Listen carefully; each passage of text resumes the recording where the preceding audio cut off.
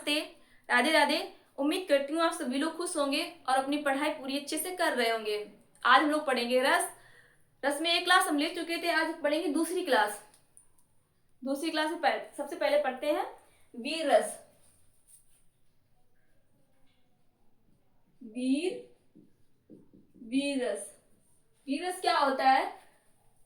वीर रस का स्थायी भाव उत्साह होता है। उत्साह मीन्स मतलब किसी गद्य या पद्य या किसी पंक्ति को पढ़कर या किसी गाना सुनकर या कहानी सुनकर जहां पर उत्साह आए, एकदम जोश आए, तो वहां पर क्या होता है? वीर रस होता है। जैसे कि 15 अगस्त होती है, 26 जनवरी होती है, या कोई हम लोग मूवी देखते हैं तो एकदम 15 अगस्त 26 जनवरी को तो देशभक्ति गाने सुनकर ऐसा हो जाता है, ऐसा मन हो जाता है जैसे कि हम अपने देश के प्रति कुछ भी कर सकते हैं तुरंत, मतलब अपनी जान भी दे सकते हैं। मूवी भी देखकर, मूवी को देखकर, देशभक्ति मूवी देखते हैं, उन उसमें भी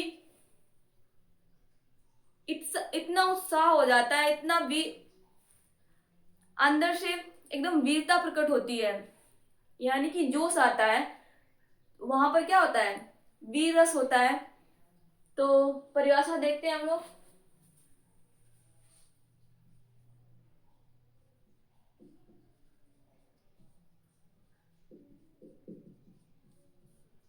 परिभाषा में क्या लिखेंगे? जहां जहां उत्साह उत्साह नामक स्थायी भाव, उत्साह नामक स्थायी भाव, विभाव विभाव अनुभाव अनुभाव कामा संचारी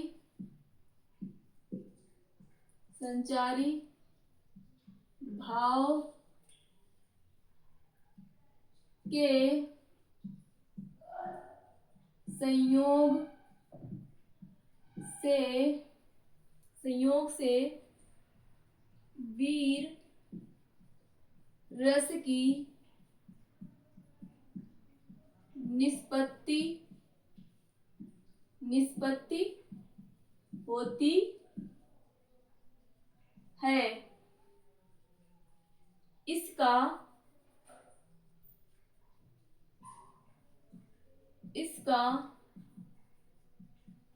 स्थायी भाव उत्साह इसका स्थायी भाव उत्साह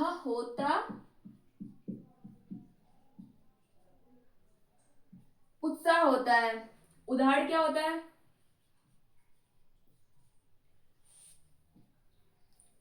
होता है? जैसे कि हम बोले, रणबीच चौकड़ी भर भर के चेतक बन गया निराला था, महाराणा प्रताप का घोड़े से पड़ गया हवा का पाला था। तो यहाँ पर घोड़े की एकदम वीरता बताई जा रही है। तो यहाँ पर क्या होगा? वीर रस होगा। और दूसरा सुनेंगे एग्जाम्पल। दूसरा क्या सुनेंगे? बुंदेले हर बोलों के मुंह हमने सुनी कहानी थी। बुंदेले हर बोलों के मुंह हमने सुनी कहानी थी, खूब लड़ी मर्दानी वह तो झांसी वाली रानी थी। इस पंक्ति को पढ़कर भी हमारे मन में उत्साह उत्पन्न होता है, एकदम वीरता सी लगती है, यानी कि जोश उत्पन्न होता है। तो यहाँ पर भी क्या होता है? वीर रस होता है। उदाहरण लिखेंगे। रण बीच चौकड़ी भर भर के चेतक बन गया, चेतक बन गया, निराला था, चेतक बन गया, निराला था। राणा प्रताप के घोड़े, घोड़े से पड़ गया हवा का पाला था। यहाँ पर घोड़ा इतनी तेज दौड़ता है, इतनी तेज दौड़ता है कि हवा को भी पीछे कर देता है, यानी कि हवा भी इससे घोड़े से हार जाती है। तो इतनी तेज इसमें घोड़े की वीरता दिखाई जाती है, तो इसमें वीर रस होता है। और दूसरा एग्जाम्पल देखते हैं।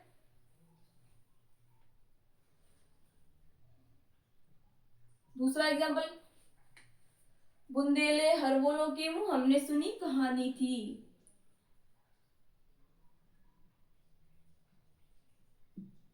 बुंदेले हर बोलो, बुंदेले हर बोलो के मुख हमने सुनी कहानी थी, खूब लड़ी मर्दानी वह तो झांसी वाली रानी थी। तो यहाँ पर रानी की वीरता को बताया जाता है कि इस बुंदेले लोग बताते हैं कि वो रानी एक मर्दानी जैसे लड़ी थी, बहुत ही लड़ी थी। और भी एग्जाम्पल क्या होता है, चमक उठी सन 57 में वह तलवार पुरानी थी, खूब लड़ी मर्दानी वह तो झांसी वाली रानी थी। तो यहाँ पर भी वीर रस होता है। अब पढ़ेंगे हम लोग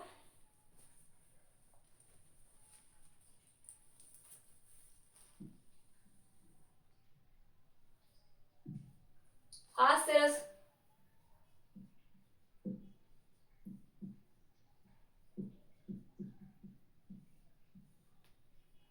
हास्य रस क्या होता है, जहां पर यानी कोई ऐसी पंक्ति पढ़े, कोई ऐसा गद्य पढ़े जहां पर हमें हंसी आए।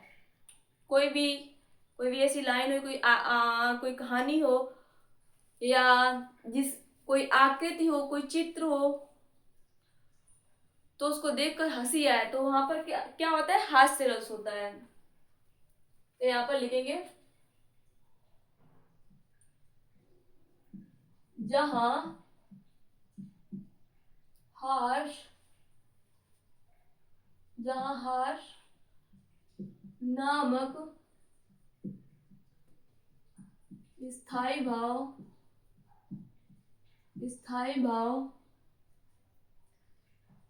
विभाव, स्थायी भाव कम विभाव कम अनुभाव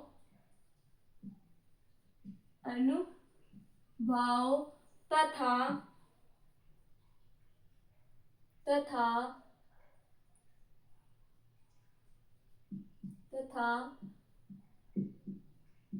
संचारी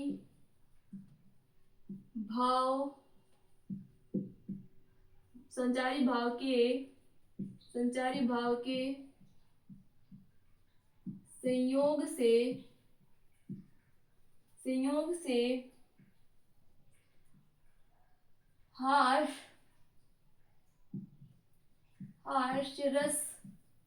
हास्य रस की निष्पत्ति होती है। इसमें लिखेंगे इसका स्थायी भाव हाश होता है, हाश होता है। दूसरे शब्द में लिख सकते हैं जहां जहां किसी किसी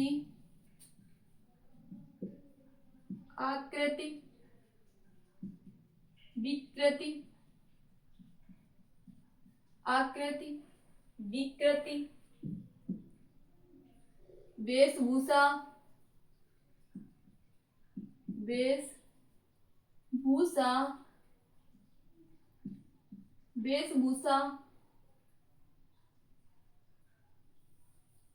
कामा रंग रूप देखकर देखकर देखकर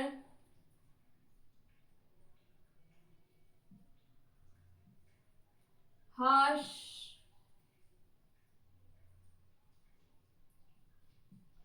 हास हास्य रस की निष्पत्ति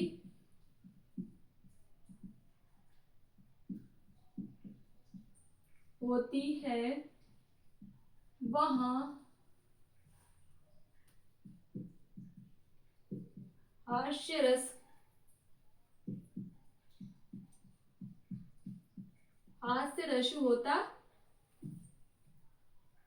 होता है। जैसे कि फिर एक बार देख लेते हैं, जहाँ हास नामक स्थायी भाव विभाव अनुभाव तथा संचारी भाव के संयोग से हास नामक हास हास रस की निष्पत्ति होती है। और क्या होता है, इसका स्थायी भाव हास होता है, तो वहां पर क्या होता है, हास्य रस होता है। या तो ये वाली देख लेते हैं, जहां किसी आकृति विकृत वेशभूषा रंग रूप देखकर हास रस की निष्पत्ति होती है, वहां हास रस होता है। उदाहरण देखते हैं क्या होता है। बुरे समय को देखकर गंजे तू क्यों रोए। बुरे समय को देखकर गंजे तू क्यों रोए। किसी भी हाल में तेरा बाल न बांका